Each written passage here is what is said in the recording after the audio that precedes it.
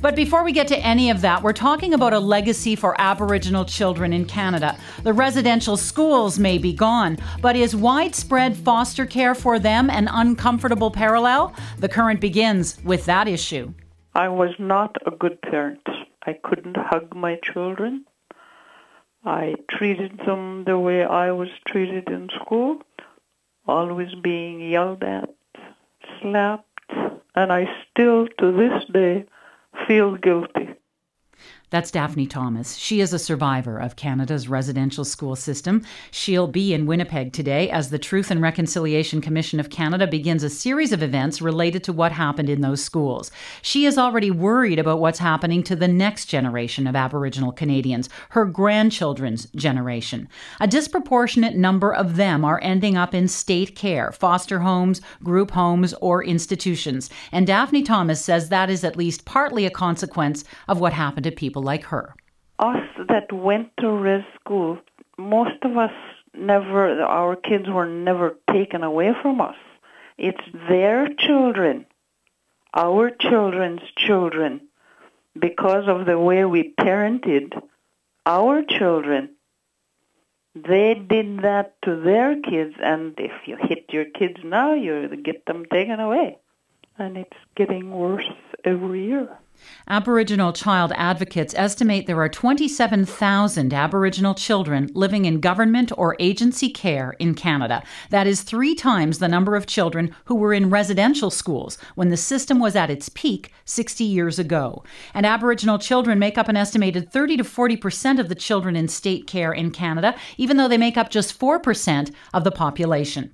Daphne Thomas isn't the only one making connections between Canada's residential school system and the number of Aboriginal children in state or agency care. Fiona MacDonald is an assistant professor in the Department of Political Studies at the University of Manitoba. She'll be speaking at a Truth and Reconciliation Commission meeting about her research in her report entitled Are Child Welfare Agencies the New Indian Residential Schools? Fiona MacDonald is in Brandon, Manitoba. Good morning.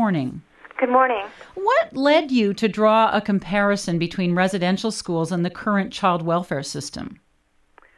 Well, I think, as you said in your introduction, there are a number of parallels between the state intervention in the child welfare system today and the residential schools of the past.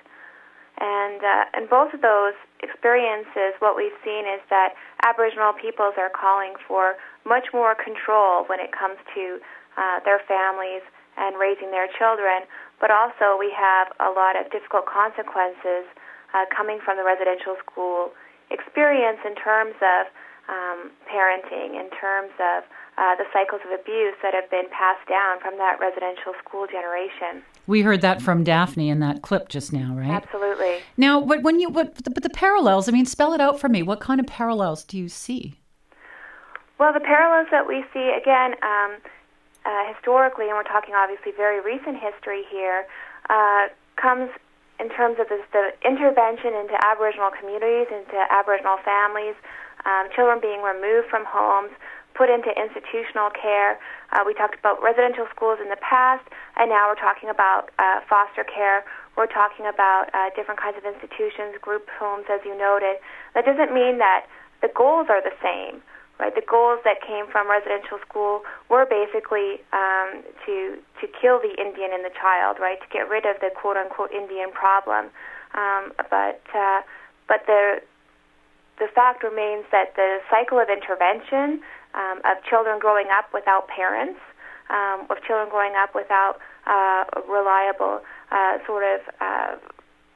role models in the community, etc., of being separated from, in some cases, separated from their culture due to lack of sufficient number of Aboriginal foster parents. All of these things are being repeated. So the concerns that we hear from residential school survivors in terms of their isolation from their community, their isolation from their families, their lack of understanding in terms of what a good parenting looks like, what stable family look like, because they grew up in institutions. These things are all being repeated, and we should be very worried about that. So are child welfare agencies the new residential schools on many levels? On some levels, yes. on some levels, yes, in terms of the numbers of children, as you pointed out. I mean, we're talking about sort of an epidemic proportion of children who are in state care, who are growing up outside of families, and of course going to be having families of their own. So we can expect a certain amount of repetition as long as this keeps increasing. Mm-hmm. Well, let me ask you, some provinces have begun shifting responsibility for Aboriginal children to Aboriginal childcare agencies as part of self-government. In Manitoba, for example, where you are, how do you see that new system working? Well, I would caution against considering that system as that new. So, in fact, I have been fairly critical about the experience in Manitoba of giving Aboriginal peoples here more control, because I think when you look at the actual system that's been put in place, there isn't actually that much more control available to Aboriginal peoples, and I would suggest that what we have done, or what our governments are doing, is basically handing over a broken system. In other words, they inherited the system that didn't work. Exactly. So what do you think needs to be done? Well, I think, first of all, we need to take some lessons from the experience of the Indian residential school survivors. So I think that the TRC, the Truth and Reconciliation Commission, taking testimony is very important, because it's a necessary public dialogue that we're having. But I also think that there is no magic bullet. This is something that we've seen as a problem in other countries as well, New Zealand and Australia. I would suggest that instead of this kind of reform where we're handing over the existing system, what we really need to focus on is a complete rethink about child welfare, and something that can address the layers of complexity that we are hearing about and that we see firsthand. So I don't think that the kind of reform that we have focused on so far in terms of the devolution or granting a certain amount of jurisdictional control is going to be the kind of fundamental change that we need. We need to think bigger.